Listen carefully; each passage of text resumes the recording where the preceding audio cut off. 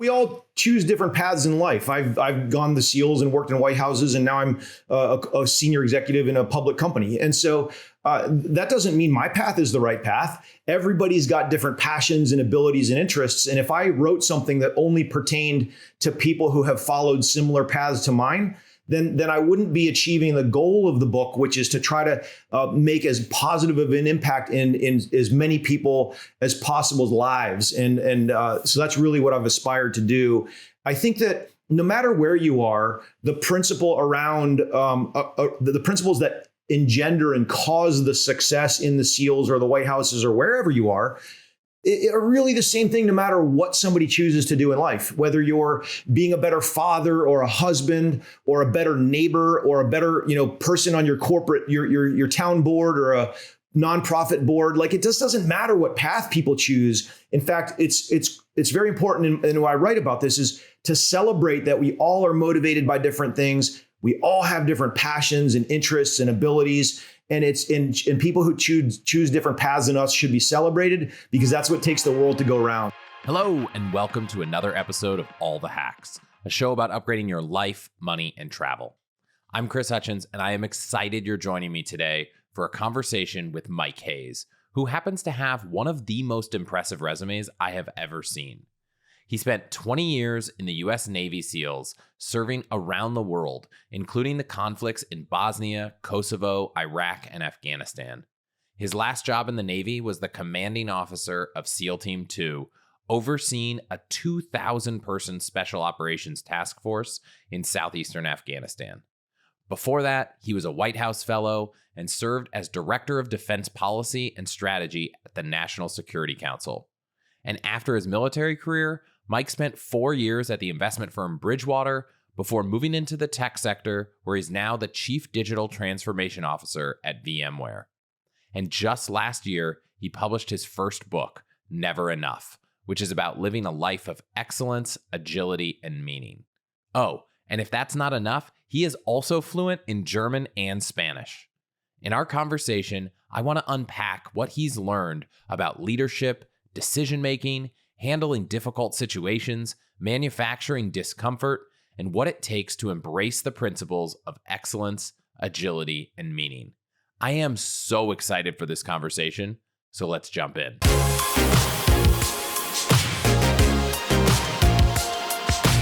Mike, thank you for being here. It's an honor to speak with you. Thank you for your service.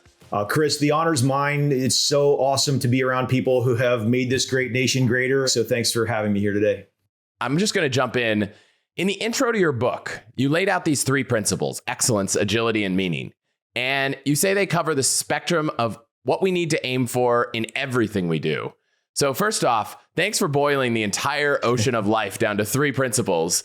But more importantly, what led you narrow the world of potential principles down to these three? Well, man alive, I think if you understand me, the famous words of Epictetus, the Stoic philosopher, he said, when somebody criticizes you, the only correct answer is to say, clearly you don't know me well enough, or if you knew me better, you would criticize me for my far greater faults. So anyways, the three things, excellence, agility, and meaning, I have to start with the last one. I've recently gone over the half-century mark, and all that means that I've messed some things up in life and got wisdom from things that I could have done better. And one thing I'm very confident in, though, that is the world is about meaning. It's how do you find purpose? How do you have impact? How do you make a difference?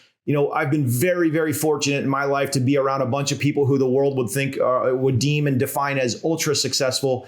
And from all of these conversations, I will tell you that every single person will, no matter how much money or how rich and famous they are, they will tell you that their life is the richest when they're giving back and they're making a difference for others. And I've, in the SEALs or in 2 White Houses, I've been very privileged to be able to give back. I've been through some hard days also, and many hard days like every SEAL of my era has. But I have to start with the meaning aspect of that, because everybody has to find their own reason for being here. And so that's number one. And then you say, how do you do that? So meaning is kind of the what. The how is really focusing on excellence and agility. The excellence, I've often said, we're only excellent if we know we're never excellent enough. And that please don't mishear me. It's like the title of the book, Never Enough, can get interpreted as, not positive enough or not good enough. And no. It's about always striving to be a little bit better, but at the same time being satisfied with who we are. I know that sounds a little bit paradoxical, but really the point is excellence is about drive and determination to continue to get better. I spent a whole third of the book on that. And then the third one, I would say agility. Look, that's about dropping into a situation and understanding that you need to be different things and have different tools in the toolkit and be able to approach life different ways in order to create that meaning and impact. So the first is the what and the other two are the how, Chris. I think I've been fortunate to read the book. I got it right here. Thank you for sending me a copy. What I will say is, now that I've read it, I understand it, but I think some people might read the intro, read the beginning and think, wow, so many of these principles that you share involve these wild life and death situations. They might not feel relatable. Do you think that those lessons can still be taken and used when stakes aren't as high? 100% yes. And that if there's any way to judge whether the book has been successful or not, it is the question of relatability. Because look, we all choose different paths in life. I've gone the SEALs and worked in White Houses, and now I'm a senior executive in a public company. And so that doesn't mean my path is the right path. Everybody's got different passions and abilities and interests. And if I wrote something that only pertained to people who have followed similar paths to mine, then I wouldn't be achieving the goal of the book, which is to try to make as positive of an impact in as many people as possible's lives. And so that's really what I've aspired to do. I think that no matter where you are, the principle around the principles that engender and cause the success in the SEALs or the White Houses or wherever you are really the same thing no matter what somebody chooses to do in life, whether you're being a better father or a husband or a better neighbor or a better, person on your corporate, your town board or a nonprofit board. Like, it just doesn't matter what path people choose. In fact, it's very important. And what I write about this is to celebrate that we all are motivated by different things. We all have different passions and interests and abilities. And people who choose different paths than us should be celebrated, because that's what takes the world to go round. And so I've really aspired. I leave it to the readers. You can skim through the Amazon reviews, but I think you'd come to the conclusion there's a lot of positive. There's a lot of positivity around making the book relatable. So I do hope people find it that way. Yeah, before we jump in, maybe let's just take an example of your first life and death experience in Peru and what that taught you about doing the right thing and what people can take away from that. Absolutely. So like I said, I'm 51 years old. When I was 26 or so, 25, I don't know, 1996. So I was 23 years old. I was leading a group of SEALs on my first overseas assignment in Peru. And honestly, it was just an evening where 6 of my teammates had flown forward. They were out in Iquitos, actually, which is it's an offshoot of the River Nanay, which feeds into the Amazon in the rainforest. And myself and a friend of mine, Ken, were just getting a meal together. And when we were driving back home, these 2 police cars pinned us in. 6 guys jumped out, heavily armed right away. And Ken and I were like, okay, these cops, they just have us mistaken for somebody else. But we were wrong. They were either heavy criminals or terrorists. We still to this day don't know which they were. But they drove us around. They threatened me with execution and torture and really bad things. And fortunately, I'm fluent in Spanish, and I was able to communicate and just say, hey, look, we're just desk workers, we're economists, your brain in these life and death situations becomes a supercomputer. Everything just slows down, and you're just thinking, okay, how do I maximize the probability of living through this situation? We weren't armed, et cetera. I could have jumped out of the car and saved my life, but I remember very vividly, Chris, thinking, if I jump out of this car and save my life, they're probably going to shoot Ken, and I could never, ever live my life knowing that I caused harm to a teammate like that. So we stuck it out, ultimately lived through it. And Chris, you asked the question about what did we learn? What did I learn? I learned a couple things. Number one is when I was very near death, all I did was think about, at the time, my fiance, now wife of 25 years. And you just think about the people who you care about in life. And honestly, this will sound weird, but like death for yourself isn't that hard. I have had several near-death experiences, and what I have found is that you think about the people who you are closest to, and so so number one is first and foremost. It's cliche for a reason, but live every day like it's your last. Leave nothing unsaid. Make sure you never miss an opportunity to tell people how important they are to you, and to be the best person you can be. Quick to forgive. Patience. Look, I'm imperfect, like we all are, but aspire to be as least imperfect as we can be every day. That's one set of learnings. The other is more, I'll say, tactical, if you will. It's like in these situations, how do you very simply think, okay, what's the outcome that you want? What's the strategy that's going to get you there? And then how do you perform in the moment? And that's that is very simply what life as a SEAL is. And that was kind of foreshadowing for decades of conflict. When things get really hard, how do you stay extremely calm and see the outcomes and say, what needs to happen here in this hard moment in order to maximize the safety and success of my teammates and myself? So lots of learning from a very hard situation at a young age, Chris. Wow. Is there any training you got for slowing down in those moments that you could share that might be helpful to people? I know some people get a little anxious when things are distraught. Well, it takes practice. Like there's another question behind your question, which is, people can hear me sometimes and think, wow, this guy's really got it together. He knows how the world works. I'd say, look, false. I'm figuring it out just like everybody else, but what I would say is that the nature versus nurture question, how much of ability is nature and just like, hey, you were, born with a certain ability, and how much of it is nurture? How much is trained and learned and improved? And look, I think way more of life is the nurture, the training than the nature aspect, because it's just a matter of how good do you want to get at something, and then what's the work that it takes to get there, and are you willing to pay the cost of that work to get there? In SEAL training, my class started with 120 guys, 19 graduated. Now, all 220 who came in the front door had the physical ability to be a SEAL.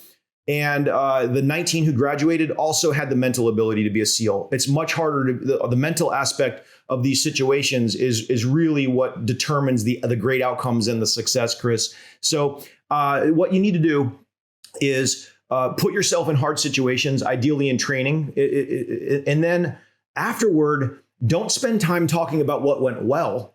Spend time talking about what didn't go well enough. Because the next time you do something, inertia will keep that goodness remaining good. What you need to do is arrest or change the direction around the things that aren't going well enough. And so let me use an example, a SEAL platoon in the States training to go overseas and deploy. Like, it's not training if we're just go out every night and we succeed and do everything perfectly. That, like, as a commanding officer of a SEAL team, and if I just see people succeeding night after night after night, I'll say, hey, your training's not hard enough.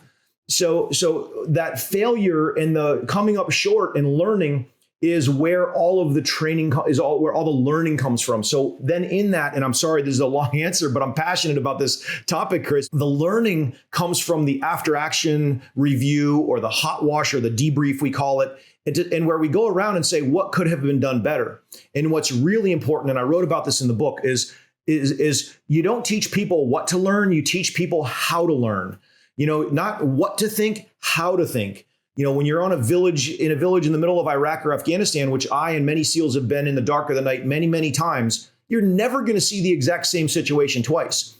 So to say that you came out of a building and turned left and say, oh, you should have turned right, and think that that's the debrief, false. What you want to do is get the logic underneath it and say, why did you turn left? What did you see? What was going through your head? And unpack that, because that's going to be that lesson at that level, at that deeper why, will absolutely be used again on an operation in the future. And that's where you can say, hey, you turned left and here's why, but did you think about the other side? And maybe you should have thought about it a different way, or maybe I should have thought about it a different way. And being in a culture where that behavior is celebrated as trying to make each other better, not tearing each other down, but making the team stronger, is really the reason that all of the greatness happens.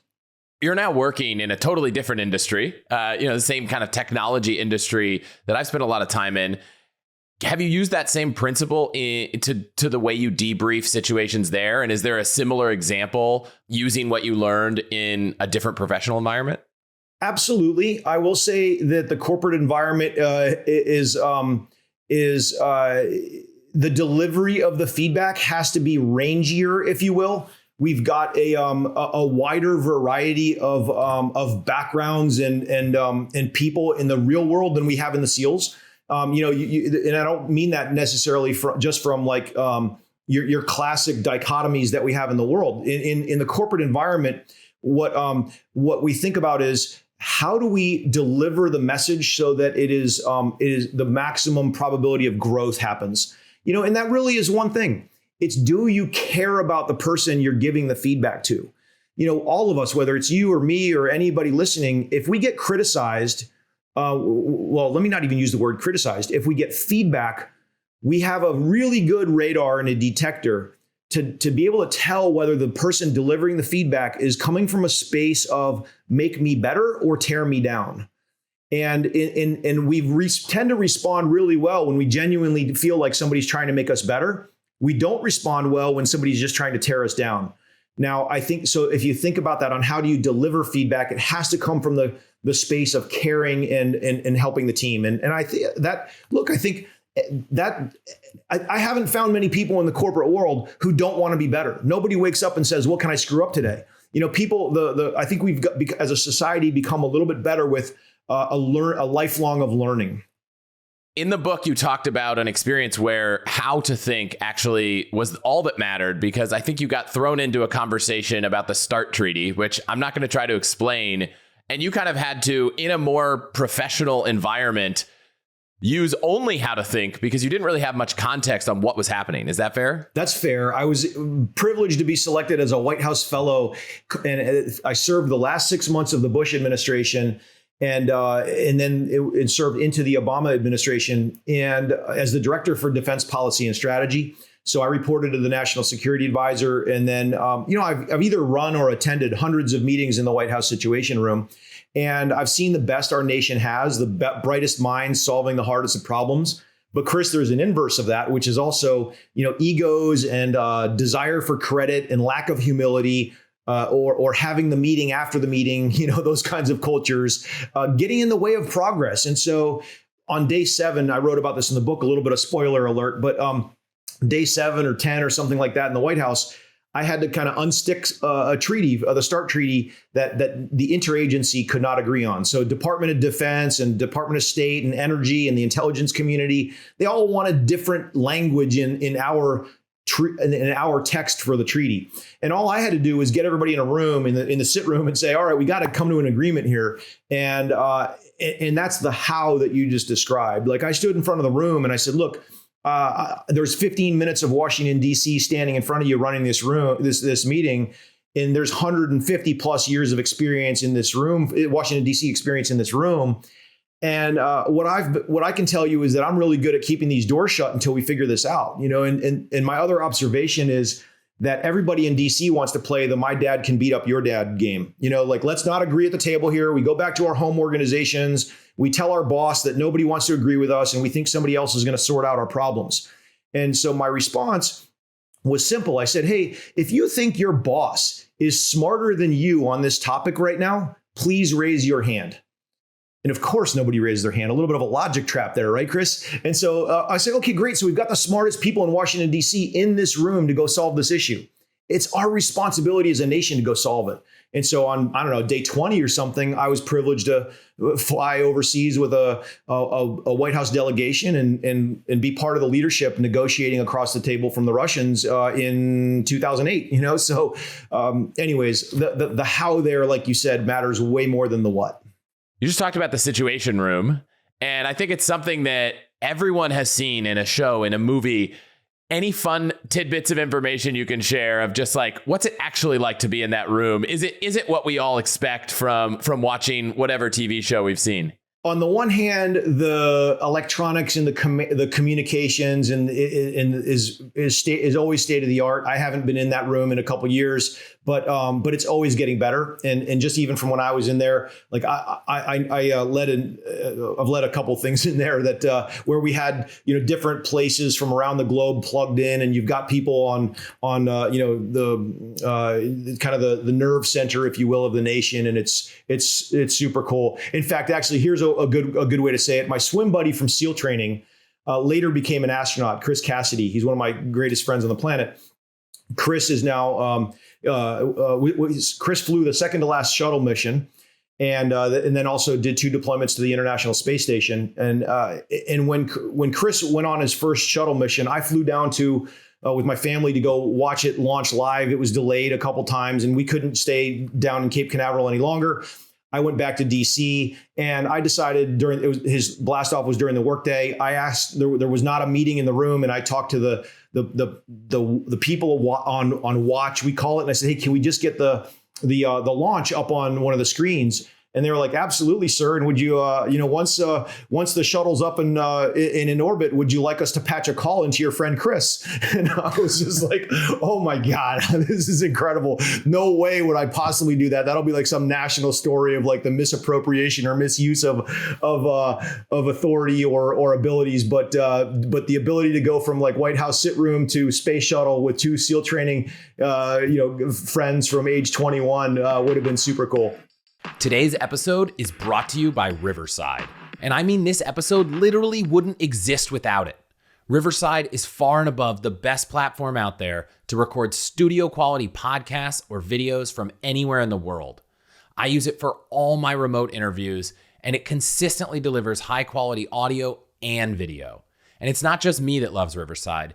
Tens of thousands of creators and top companies like Spotify and the New York Times use it to create their content. What's amazing about Riverside is that it records everything locally, which means you get high quality, uncompressed audio and video that works even with unstable or slow Wi-Fi. Then, once your recording's done, you can use their editor to make ready to publish video with a few clicks. Or you can easily download separate audio and video tracks and edit until your heart's content. I don't know where I would be without Riverside, so if you're looking to collaborate with others to make audio or video content, you should definitely check them out. And for All the Hacks listeners, you can try it out for free and get 15% off all plans with the promo code Chris.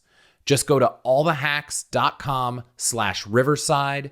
Again, allthehacks.com/Riverside. That's RIVERSIDE. And get 15% off with the promo code Chris. I want to go back to what you were talking about earlier about trying to put yourself in training. Now, I would argue that maybe the SEALs Buds training is one of the hardest, if not the hardest training programs that exists on the earth. How do you think people, mere mortals like me, can, without enlisting in the SEALs, which I think that ship has certainly sailed, kind of create some of that training and kind of bring on this practice you described as like manufacturing discomfort in their lives? I think for people who've grown up in really hard situations, they know it. For people who maybe have grown up a little bit more privileged, maybe they haven't had that discomfort and want to, but maybe don't want to go, run through buds. Look, I think it starts with being really clear what your goals are in life. A lot of us just kind of tend to drift a little bit and say, I'm just going to go do these things. To step back from time to time and say, why am I doing what I'm doing? And what is the impact that I want to have? Going back to that meaning conversation we had at the beginning. So then you say, okay, I want to achieve a certain thing. What's the work that it takes to go do that? And a lot of times we don't try the harder things because we have this subconscious like fear of failure or hey, I might look bad if I try something really hard and fail. Chris, I think the reframing in the brain that has to happen, and to some degree cultures in an organization, has to say that success, if you fail and learn, you have just succeeded. If you fail and don't learn, you've totally failed. And so if it's easy to celebrate what is clearly success, but do we celebrate failure and learning enough in society? That's where I think we as humans who don't try the hard things tend to not recognize that if we try really hard things, the people who are around are probably going to celebrate the fact that we tried something really hard and we learned. If they don't, then we're around the wrong people. Thinking forward in a hard situation and saying, okay, really, no kidding. What are the people who actually matter to me going to think if I try this and it doesn't go well? Like, spend that mental energy and you'll find out that, oh my gosh, you know what? My family and friends aren't going to think less of me. Great. Let me go try to build a podcast with 1 million or 10 million followers, or whatever it is that people choose to do. And so that I think is really important, is to be comfortable. I also wrote about kind of the concepts of confidence and humility. A lot of people see those as a point on a single line, when in reality you have, confidence and humility are two different axes. You can, and you have to try to aspire to live in that highly confident and highly humble quadrant, because those can simultaneously coexist. And so I believe ultimately, Chris, it's about not being worried about fear of failure and leaning into the harder path. On an episode recently, we were talking about health, completely different conversation. But Liz Moody, who I interviewed, said she liked manufacturing discomfort in her life. And so for her, every day before she gets out of the shower, she just throws it on the coldest it gets and stands there for 60 seconds because it makes her feel like she did something hard. And she thinks that that's a good skill to have. Is there anything you think in your experience that you could tell someone listening that they could try today or tomorrow in their life to kind of manufacture just a little bit of discomfort, maybe that isn't a cold shower, to try to just build that tolerance for it? Awesome. Yes. And I've got a couple things to throw at you. Some things are super simple. How long can you do a plank for? Just think, whatever that number is, I don't care if it's 1 second or a minute or 10 minutes. Go do it for 10% longer or 5% longer than you think you can. And live in that struggle like that. It's funny because in SEAL training, one of the parts of the physical fitness test are how many push-ups can you do in 2 minutes? And most SEALs do about 120 push-ups in 2 minutes on average for these tests. The thing is, I see some people get to 120 and then be like, okay, I'm fine, and kind of mail it in. But I also see people get to 100 and struggle super hard. What I will tell you is that I learn more about the person in the way that they do their last push-up than you'd ever imagine. And so no matter whether your last push-up is your 80th or your 100th or your 120th or your first or your fifth for that matter, think about the struggle when you can't do any more. Whatever that is, push harder. I often say, SEALs, when we give us a backpack, we'll fill it and then take 10% more than it's supposed to take. It's almost that's a little bit, fill your life up with, 5% more than weight than you can carry. So whether it's a plank and doing more minutes, meditate for 10 minutes. My mind personally, I find myself thinking 17 things at once. I've got my Headspace app, like we all do, or Calm or whatever these, and for me to try to create the solace and the focus is super hard. And so for me that's my equivalent. How do you, plank, or you meditate, or your thing, pick something and do it beyond exhaustion. I like that. I have a Peloton bike, and the reason why, it's funny, I had this DIY version of it, which was like build your own bike, get an iPad, mount it, put some sensors. And then I got the real one. And the difference between the real one and not was very subtle. And it was just tracking how much you were doing on the bike in the app. And that subtle difference was what made me go and say, I can do a little bit more the next time. And I can't tell you the number of times that because of that one difference in feature that unfortunately costs like $1,000, I get to the end and I'm like, ooh, I'm within spitting distance of what I did last time. And, this is probably, oversharing. And then I get to the point that I'm like almost going to throw up to try to beat my last record, which I'm sure a health expert out there will say that's maybe not the best thing. But I like being in that discomfort. And that's the only thing that in my life that really makes it forceful to do, is trying to beat a record in some sort of physical activity. In SEAL training, you heard me a couple minutes ago, if I haven't lost you already in this, 120 people start, 19 finish. What we do in training is we stretch young trainees beyond their limit, but beyond what they perceive as their limit. And then we let them get comfortable again. And then the next day or the next hour, we stretch them even further, and then we get them comfortable again. And we keep doing that over and over and over. And it sounds like an exercise in stretching your limits, and learning that the human can do more and more and more. That is true, but it's also not the biggest lesson from that. The biggest lesson from that is when you're repetitively stretched beyond what you perceive as your limits, what you realize is that they actually are not your limits. And so a common trait that SEALs have is this high confidence that I described before, which is every single SEAL has been in many situations where they think it's going to be beyond a limit, and you realize it's not. And then what you do is you unlock the brain in a way that lets you realize there is no such thing as a limit in life unless you place that limit on yourself. So we go into situations actually literally unbound in our thinking.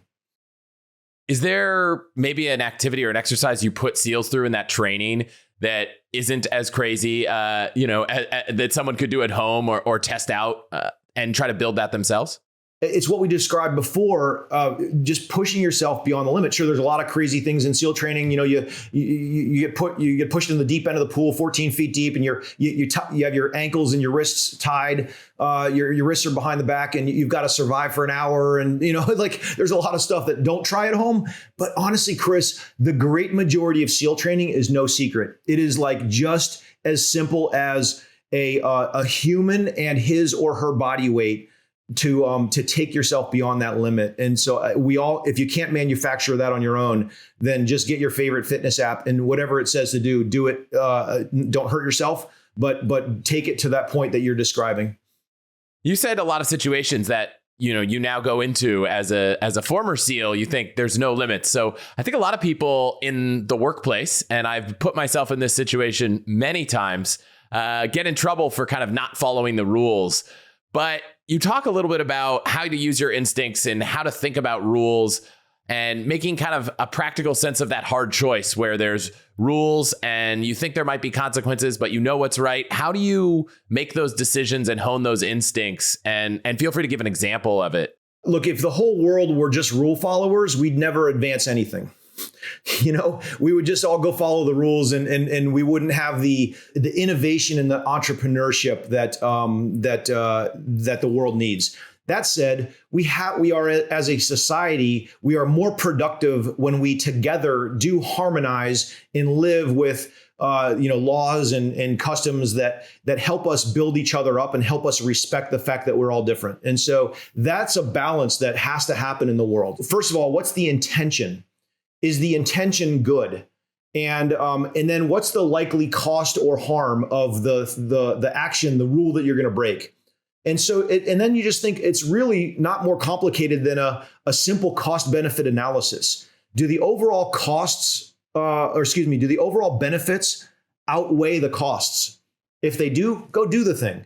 Don't cross any red lines of morals and ethics in the law. Like as long as you're on the right side of morals and ethics in the law, go push. Don't be afraid to push. Make great things happen. It takes energy and momentum in new directions to try new things. In so many times, in the world, if you look at new markets, like how many of us in 2000 thought we'd need to walk around with one of these smartphones, either, pegged to our ear or being, stared at 20 hours a day in our hands. And, we couldn't imagine a world with an ecosystem of the application development that we hold in the power of our hands now. What's that going to be in the next 5 years, 10 years, 20 years? We don't know right now. But the only way we're going to figure that out is by people continuing to have vision and then go after the things, pursue the dreams and the visions that they have. So it takes a combination of smart rule breaking is the way I would phrase it.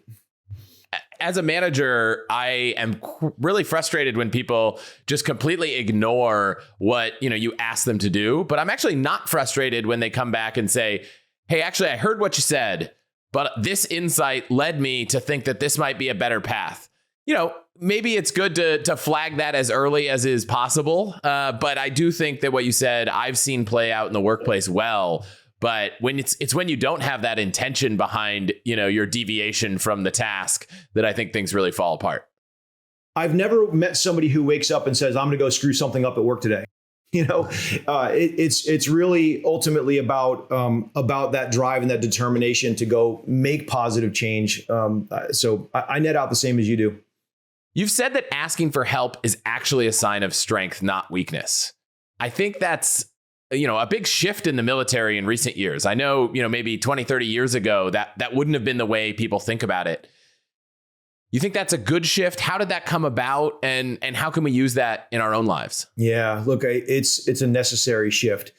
I, like every SEAL of my era, have buried way too many friends. I've got about 70 friends who have, killed in action or perished during the last decades of conflict. And ultimately, that's why I wrote my book. I forgot to mention in the beginning, that I donate every penny from Never Enough to a 501c3 I started that pays off mortgages for Gold Star families. I think the most important thing to recognize is that when you're doing things for others and you're connecting back to that mission and the meaning and the purpose, then it makes it very, very much easier.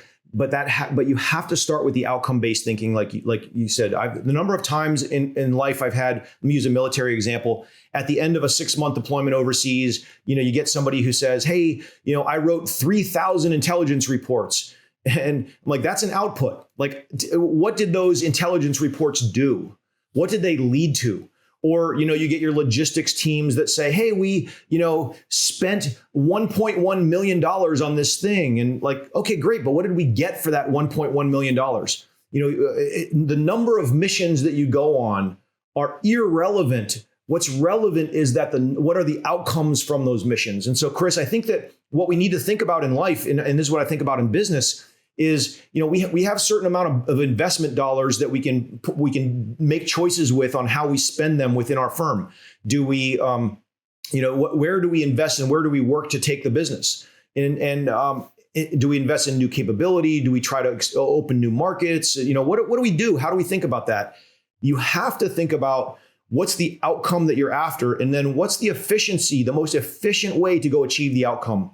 So you have to look at what, like a return on invested capital or an IRR, internal rate of return type of, not to sound too mathy, but like if I have $1 and I can turn it into $1.10 with doing one thing and $1.11 doing another thing, then go do the thing that's going to make you $1.11. And so but did you think about the path of least resistance there? I want the person that didn't write 3,000 intelligence reports. I want the person that wrote one, in that one intelligence report led to the biggest success ever.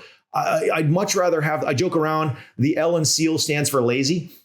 We find the easiest path to the goal, because then after that, we have more time, more effort and energy, so we can go either do more missions or rest more for the next mission and whatever's around the corner. But in all cases, we're always better off being as efficient as we humanly can. And that's why bringing it, back to the business world, when we're in a meeting, the first thing that I do is say, what do we want out of this meeting? We're only doing one of a couple of elemental verbs in a meeting. We're either deciding something, we're teaching about something, we're informing and giving people information, or we're brainstorming a problem and trying to think about, creatively come up with a set of solutions. Maybe there's another verb or two, but those 4 verbs are basically the reason to have a meeting. If you are not doing that, then what are you doing and why? If we're just hearing people talk to hear people talk, we are wasting the company's resources, because we can be letting people go do work on different things. So at the end of the meeting, the acid test for me, Chris, is to ask, who is going to go do what differently after the meeting? If we leave a meeting and nobody can answer that question, we didn't just need to have that meeting. It's funny. I look back at all the episodes I've done. I have a lot of personal beliefs about meetings, and David Marquet is another former submarine commander who wrote a book. We talked about meetings, and now I think my answer is, if you're running a meeting in your company, the best thing you can do is find anyone that's been in the military and have them run the meeting, because I feel like the best meeting advice I've gotten is from people in the military. So I think that's great advice. We really waste a lot of times with meetings. So can I make one more point on this, which is a culture point, Chris, which is if we're running a meeting, say you and I are in a meeting with 10 other people, and somebody starts talking and creating an avenue in the meeting that is not productive to the main goal of the meeting, what do you do? Do you cut the person off or do you let them keep going? The polite thing, the easy thing is let them keep going and be like, okay, they'll be done in 4 minutes. They'll be done in 6 minutes. 6 minutes is 10% of a 60-minute meeting. Like, do you want to lose 10% of a meeting letting somebody ramble? No, like you want to cut that person off politely, of course. But then like that takes a certain culture where that's okay. Do you have an example of how you would cut someone off politely in a meeting? I think anyone listening might have that question.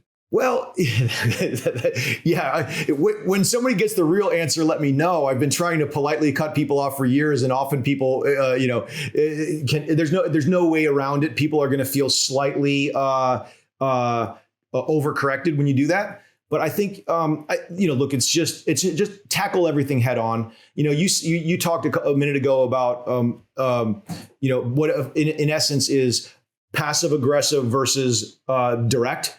There's no room for passive aggressivity. Just say what you're thinking and help people, but do it in a respectful way.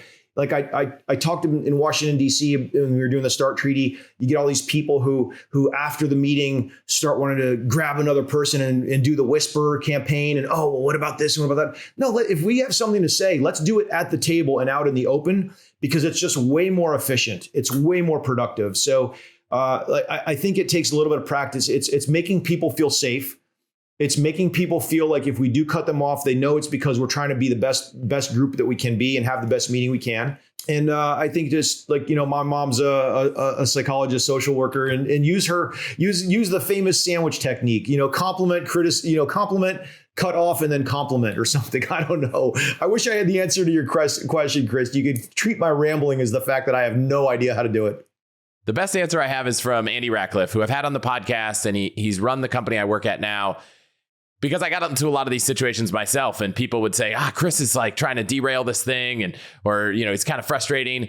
And his advice to me was, you need to make sure you state your intentions more. So instead of interrupting someone and saying, hey, you're going on a little long, we got a purpose here, let's move on. You say, hey, I just want to interrupt quick. I really want to make sure that this meeting can be the most productive use of everyone's time. We came here for this reason, and so maybe we should get back on topic. For me, it's shown up a lot where I say, look, I really want to see us go big. So when I criticize this thing, it's not because I think it's bad. It's because I think we can do better. So I didn't do that for a lot of time in my role in a few jobs. And it caused a lot of friction with people because they thought, oh, he just doesn't care. He's just on his own mission. He has his own accord. And the reality was I needed to make sure people knew that I'm only here to build the best thing we can at this company. That's all I care about. And stating that puts everything else you say in context and saves a lot of back channel criticism of you. One of my classmates from grad school is now a leadership professor at Harvard Business School. I go back and guest in his class every year, have for the last 6 or 7 years. There's a specific case that I help with. And it's a ton of fun. I see one of my best friends on the planet be an incredible professor and see him in action. And it's just really special. But there was one year where this, I don't know, I'll say, grad school student was sitting in the back of the room and asked the proverbial 3-minute wind up of a question. You all know the type. It's I want to tell you how smart I am, but really kind of pretend it's a question. And so the tail end of it was some thinly veiled question. And I said, rather than me answering that, let me take this a different direction. I said, honestly, I experienced you as a very bad question asker. And so let me tell you why. Here's where it wasn't succinct enough. It wasn't, XYZ gave constructive feedback. And I said, look, right now, you're probably not feeling great. You're probably shrinking in your chair a little bit, or you're frustrated with me, or some combination of negative emotions. But let me ask you this. Would you rather me share this feedback with you and then let you have you ask yourself like, hey, maybe there's something in there where I can learn and grow from? Or would you rather have me not say what I just said and let you keep going through life as a terrible question asker? Like theoretically, it's really easy to understand. No, I want to be a great question asker. Okay, great. But how do you feel right now? And so you have to get over that, that negative feeling when somebody's trying to help build you up. Now, you could argue that it's maybe publicly in a 110 person classroom or whatever is not the place to do that. But I was making a point for a reason. I was trying to make a metaphorical point to 110 students in the classroom is go through life presuming positive intent from others. But when something goes sideways, like no matter if you're 1 or 99% wrong or 100% wrong, start with yourself and say, what could I have done better? And then you won't miss that opportunity for growth and the principle of excellence, which we talked about at the beginning. Yeah, I mean, you could have followed up with said, and I could have said this to you privately, you could have learned well, but aren't you glad that 109 other people get to also learn that? Oh, dude, I wish I would have thought that in the moment. You're a better guest professor than me. No. This is a great opportunity to use your own feedback. Earlier, I asked a question about asking for help. We took a little bit of a detour. So, you got to work a little bit, Mike, on your skills listening to the question being asked. I love it. But I want to come back to it. I was trying to get at whether asking for help is a sign of strength or weakness. It seems like something that's shifted in the military. Can you talk about your perspective and why asking for help might be something we should do more of? Yeah, first of all, your feedback is spot on. You're absolutely correct, and I already was like, gosh, how did I miss answering that? You totally asked it, and I didn't answer it. My brain was in a million different spots, and I simply wasn't good enough to remember what you said and answer your question directly. So that's my response. Now, hopefully, in there you can hear people can hear the modeling for like the giving and receiving and feedback back and forth. There's a meta point in there. But to answer directly now, it is a very serious topic. I grew up in the SEALs in an era where you only showed strength or perceived strength. You did not show weakness. And that is not healthy.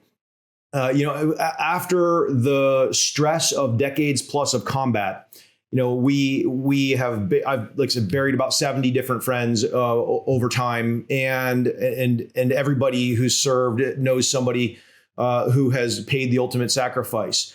So the question right now is, when somebody needs something, how do you feel? How do you make them feel when they ask? Do you make them feel taller or smaller? We have to build up people who ask for help. If you just look at the number of people now who have died by suicide, I had a really good friend who I looked up to, who was a BUDS instructor, a SEAL instructor of mine, who was an incredible human being. I deployed with him to Iraq. We did a bunch of missions together. He took his own life, and it really hit me hard on the weekend. I don't know the details. He's a friend who I haven't talked to in a couple years. And unfortunately, stories like this are way too common. And I beat myself up over the weekend and saying, gosh, I haven't reached out to him lately. What was that? Did I come up short? I just felt I had a tough weekend. I'll just say that. Why was my friend not able to ask for help? I don't know the answer to that question. I really don't. And but I also will say the flip side of this is that to let asking the hard questions be okay. I'm going to ask the hard, intrusive questions from now on. I've said this because I've learned from people that I haven't helped well enough. And now I go through life pretty comfortable saying, hey, have you ever considered, harm to self or how are you really doing? And most Americans or people, when they say, how are you doing? We don't really want the answer. That's just a quick little, hey, how's it going? How are you doing? Okay, great. You're good. Okay, good. No. Like, when we're really intrusive in people's lives, we are actually listening to what we can do to make sure that their life is as good as it can be. And so we have to celebrate being intrusive in people's lives as positive. So asking for help on one side is a positive thing, and being intrusive in people's lives is positive. 99 times out of 100, when I say to a friend of mine, have you ever considered harm to self? It can be awkward. It's like, no, man, what are you asking me that for? And defensive or whatever. But for the one time out of 100, when the person says yes, I'll take the 99 awkwards for the one yes, because that is a way to make sure that you get people the help that they need. It has to be okay to ask for help. I'm droning on and because I'm emphasizing the fact that the culture really had to change, and it has changed. But it's still not where it needs to be, not just in the SEALs, but in the military writ large and in society writ large. Life is hard in this pandemic. How do we make sure that people are as strong as they can? One more thing I'll say on this is that a trick that I've learned in this is to not think about absolutes, think about relative. In a team, and when I say team, I mean that's a team is family, it's your neighbors, it's your friends, it's your colleagues, it's people in your civic organizations. In a team, there are people who are always relatively up and relatively down. So the people who are relatively up have to help the people who are relatively down, because tomorrow the roles will be reversed. And so if the people who are always relatively up are helping the people who are relatively down, that's how you make a team as strong as you humanly can. I'm really sorry for your loss, and I appreciate you being open and sharing like that on the show. What's a way to ask those questions at work? I think to find out where people are down and try to help build them up, are there questions you ask or things you bring to a meeting to try to kind of level the playing field? Levels, maybe the playing field's the wrong word, but you try to bring people together towards that medium if you're having a day where you're on the top. It's creating comfort. You're absolutely. And so this is a situation where it's not in the 110 person classroom or conference room. This is truly a one-on-one conversation. And so, look, I'm in an organization of 40,000 people now. I run global operations for VMware, a massively awesome software company based in Palo Alto. And look, I can't help 40,000 people, right? And so how do I help as many people as I can? Well, it's simple. How do I take my 7 or 8 direct reports and do that with those 7 and 8 people, and then help make sure that they're doing it with their 7 or 8 direct reports, and then that it cascades through an organization. So leadership has to model the behaviors that we want. Now, it doesn't have to be prescriptive. You don't always have to do everything my way. That'll be unhealthy for an organization. But the goal, go achieve that goal however it makes the most sense. But really understand what is making someone either motivated or demotivated, and help them have more of the good and less of the bad. One tactic I know you mentioned in the book was going to meet just one-on-one people, trying to have a conversation with people you don't know at work. Can you talk a little bit about why you started doing that and what it's brought to organizations you've been a part of? Specifically, when I was in the White House, we worked two administrations, both administrations, Bush and Obama. People work super hard in the White House. We can always make fun of whatever party's in or out of favor or whatever. Look, there's a lot of really great public servants who are working long, long days to try to make this great nation greater. What I have found is that it's hard to slow down when you're in those very visible roles. And I made a point to just go get a lunch with somebody 3 times a week.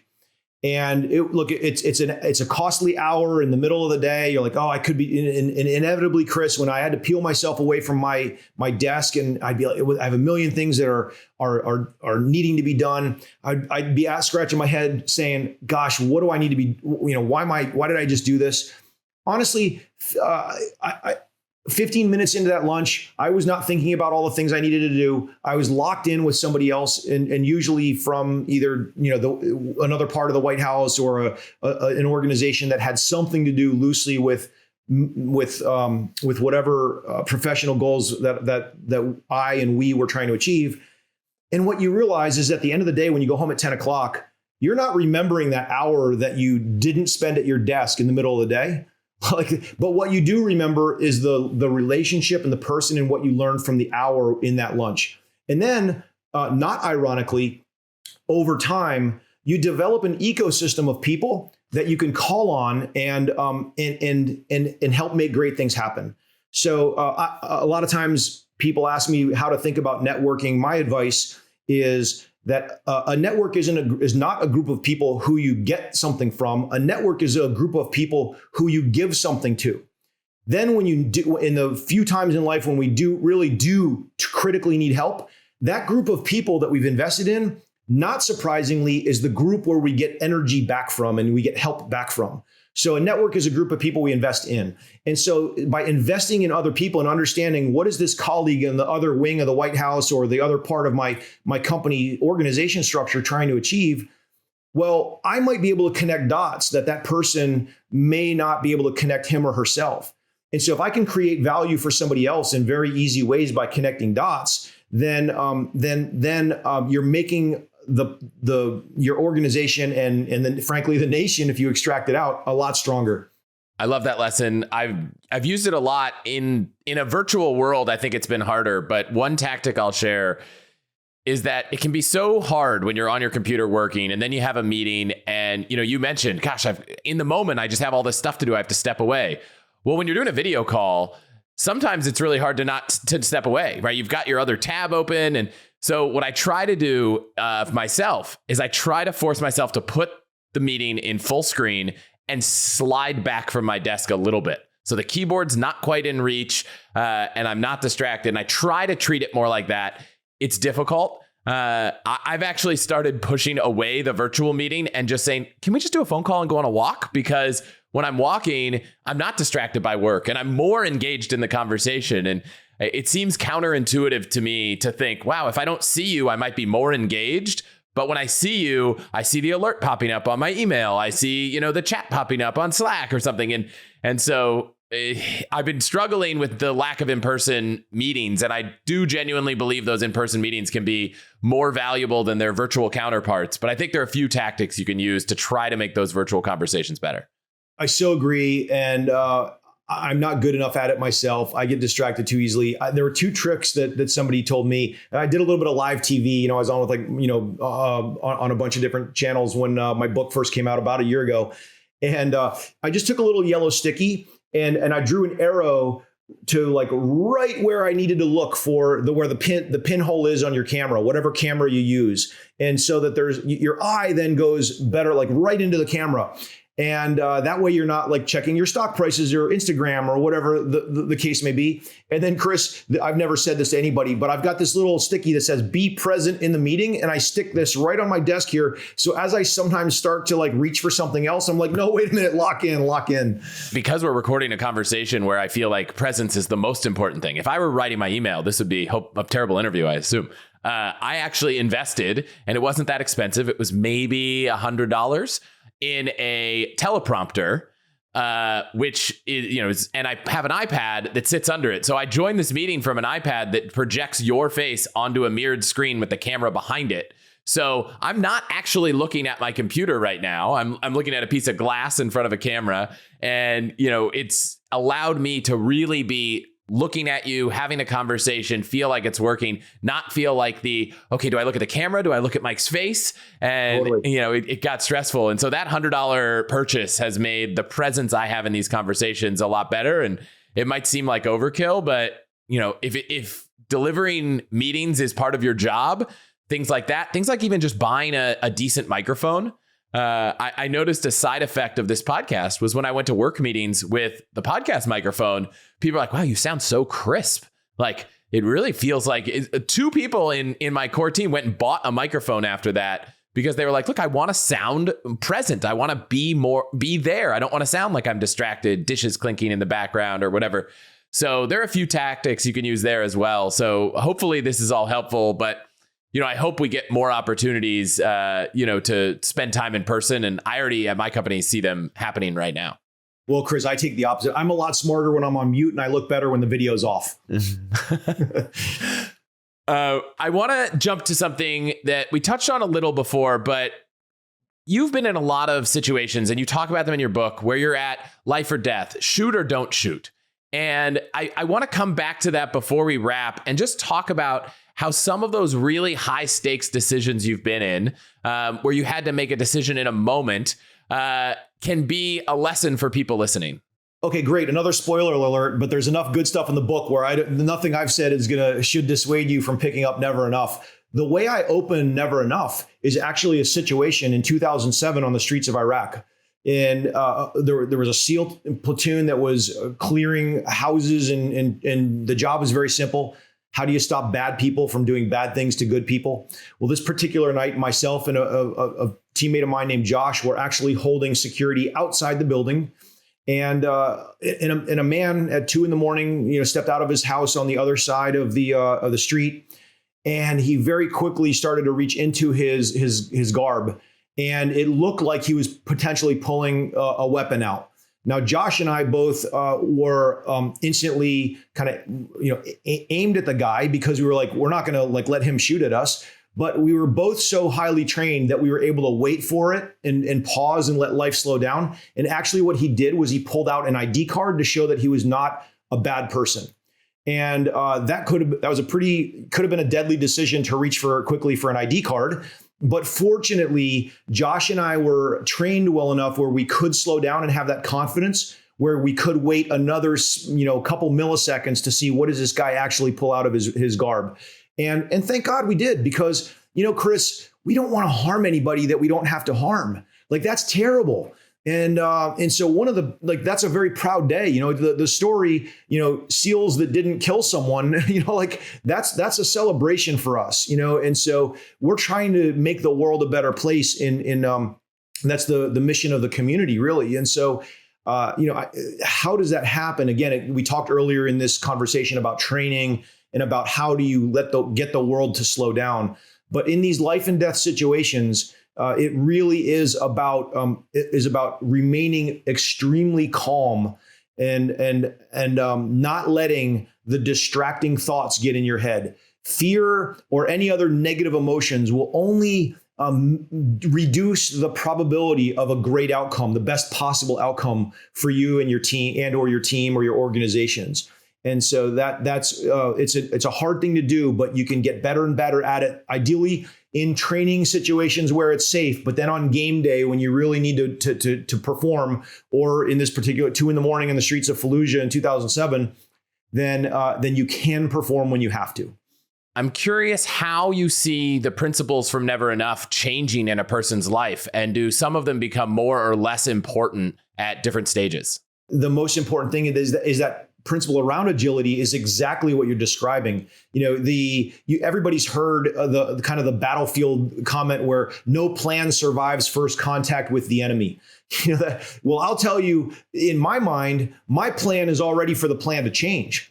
So I don't even when you go into a situation knowing that it's going to be dynamic, you're already a step ahead. So in my real job now at VMware, my job is to not help transform VMware and our customers. My job is to transform our ability to transform. If we can, that's building that ultra agility into the organization, because none of us know where markets are going. Nobody can foresee the future. We can make smart guesses, but how do we improve our ability to react quickly and as well as possible? So I think that what I've written in Never Enough is an elastic set of principles that can apply not just today, but set you up for the unforeseen tomorrow. Now, I'm very thankful you wrote the book, because it's actually the kind of book where I've both read and referenced and taken some notes in. But I actually heard you say in an interview that, earlier you wanted to not be Googleable. You didn't want to be found, and that writing it was out of your comfort zone. What changed for you to, and I thank you for making the change, but what happened and how did you make that kind of large change to start writing this book? Great, man. You're the first person to ask that question that way. First of all, what you said is right on. I will emphasize, I tried to stay off of, like you said, not Googleable forever. And it was a real different moment for me. I'm probably like one of the last comers to social media, if you will. I've been on Instagram. I got on Instagram because of the book. And I said to myself, if I'm going to write a book, I want it to be successful. And what is success? It's not about me. Never Enough isn't about my case. I could care less about that. What I care about is elevating the conversation for people. And then literally the book, the profits go to the 501c3 that pay off mortgages for Gold Star families. I've personally, with my foundation, paid off 6 mortgages for widows and children whose fathers paid the ultimate sacrifice. And for me, that's what it's about. I can't sit still, Chris. I'm never able to rest. And so for me, that mission to go continue to do great things for others is predicated on, frankly, doing this podcast. I love talking to you, but but at the same time, in the spirit of what we said earlier, asking for help is a sign of strength. It isn't easy for me to go out there and say, hey, will everybody listening, please buy Amazon or wherever you buy books, go buy Never Enough. It's all of about $15 or it's on Audible and I read the book. And asking for that kind of help is really hard for me, but I've gotten used to it and out of my comfort zone. The way I personally am able to square the circle there is because I'm not doing it for me. I'm doing it to try to make a positive impact for others. I've been asked for life advice so many different times that I just don't have the capacity to do it for everybody. Now I can hand them, my best effort at a really good set of combination of stories and advice and insights. And, if you're listening, You're actually helping people buying this book. Mike's not making a profit here. So I thought it was fantastic. I can highly recommend it. My wife borrowed it over the holiday a little bit ago, and she enjoyed it. So definitely check out the book. I have one other random question, which didn't fall into the narrative of the book, but you talk a lot about how when you're a SEAL, you don't sleep a lot sometimes. You might stay up for 5 days straight. Is that a skill you've retained? Is that something that through a lot of your post-SEAL life learnings, you've talked about meditation, you've probably thought about sleep a lot. How has your feelings on sleep changed? And are there any tactics that you took away from that have been helpful in life after SEALs? Well, Chris, I just want to first a little bit challenge the premise of what you said. Being able to operate on a little bit of sleep is essential, but it's also dumb. And so what we always try to do is be as rested and as strong as we possibly can. And so we only build that skill or the ability to do that because we have to at times. And as a leader in the SEALs, what you're constantly thinking about is just very simple physical performance. It's scientifically proven. Like as we diminish in our sleep, our performance does degrade. And so in SEAL training, we're up for a week straight. We're up from a Sunday morning to a Friday afternoon in what's called Hell Week. And what you learn that you really can keep moving for literally a week straight. Yes, you get like 20 minutes of sleep on like the Wednesday. The instructors are like, oh, you're the best class we've ever seen. We're actually going to let you rest for a little bit. You lay down, and then 20 minutes later, they wake you up with bullhorns and yelling at you to go jump in the Pacific Ocean at 62 degrees or whatever it is. So, like these are things that you do stretch, like we talked about before. So we all know that we can stay up for a week straight if we have to. But I don't think that operating on less sleep is something that you actually reap that many benefits from. I would encourage people to sleep as much as they humanly can. Yeah, we're about to have baby number 2, so I might have to take some of the lessons of knowing I can get by. But I agree. I think sleep's important, but appreciate you sharing. Before we wrap, I've got my other question I like to ask everyone is to pick a place that you're kind of familiar with and share to anyone who might end up in that city, a place you think they should go grab a meal, grab a drink, and an activity that they might want to do that's not the most obvious thing to do. Well, my happy place is Sunapee, New Hampshire, Lake Sunapee. It's fresh air. I'm in Westport, Connecticut right now, but we've got a place up in Sunapee, New Hampshire that's where we really go when we want to get away. Beautiful little small town harbor. In the fall, it's the leaves. In the summer, it's the incredible swimming and harbor and just 4 seasons of fun there. So it's a hidden gem. It's actually a little known fact, but Steven Tyler is actually from Sunapee, New Hampshire. So he lives down the road a bit but other than Steven Tyler, there's not a lot of like glitz and glam to Lake Sunapee. It's just a wonderful hidden gem, Chris. Any place you'd say if someone's up there is there a place to eat? Something to do? I wish there were better places to eat. So that's why I spent time in DC, as you noted. So I know how to not answer the question that you asked. And so I intentionally didn't go the eat route. But yeah, no, it's we'd love for people to open better restaurants. But no, there's a couple. The Anchorage is a great place right in the harbor. You're going to really enjoy. Let's just say let's zoom out from the dish itself, and let's just say the atmosphere is phenomenal. Could not be better. That sounds great. I really enjoyed the book. What is next for you? Where can people stay in touch with everything you're working on, and how can they support you? Awesome. Well, first and foremost, I'm loving helping transform VMware. But like many of us, we have a million things that we're doing in life. And one of mine is being on the board of the National Medal of Honor Museum, where we're on a mission to inspire America. We're building a new museum outside of AT&T and Stadium in Dallas, Texas. And one of the things that I will do in the coming couple of months is to start a podcast with a lifelong friend of mine who is one of the nation's 66 living Medal of Honor recipients. His name is Britt Slabinski, affectionately Slab.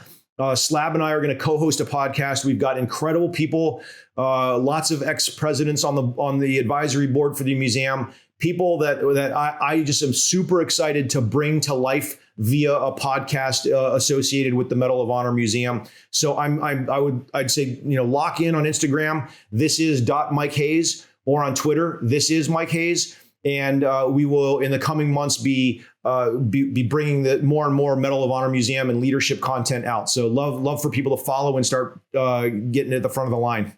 We will link to both of those in the show notes. You mentioned the foundation you set up. Is that something people can read more about, or is it kind of a private foundation? Well, it's a 501c3, so it is Googleable, but I will tell you, we have no full-time employees. We're all volunteers. And the best help that people can give is help never enough get out there in the world more. Help elevate the conversation. All of those profits are going to Gold Star families. So I think the easiest ask and the best way to help is to get a copy or a couple copies of Never Enough for your family and friends and people whose lives you want to positively influence.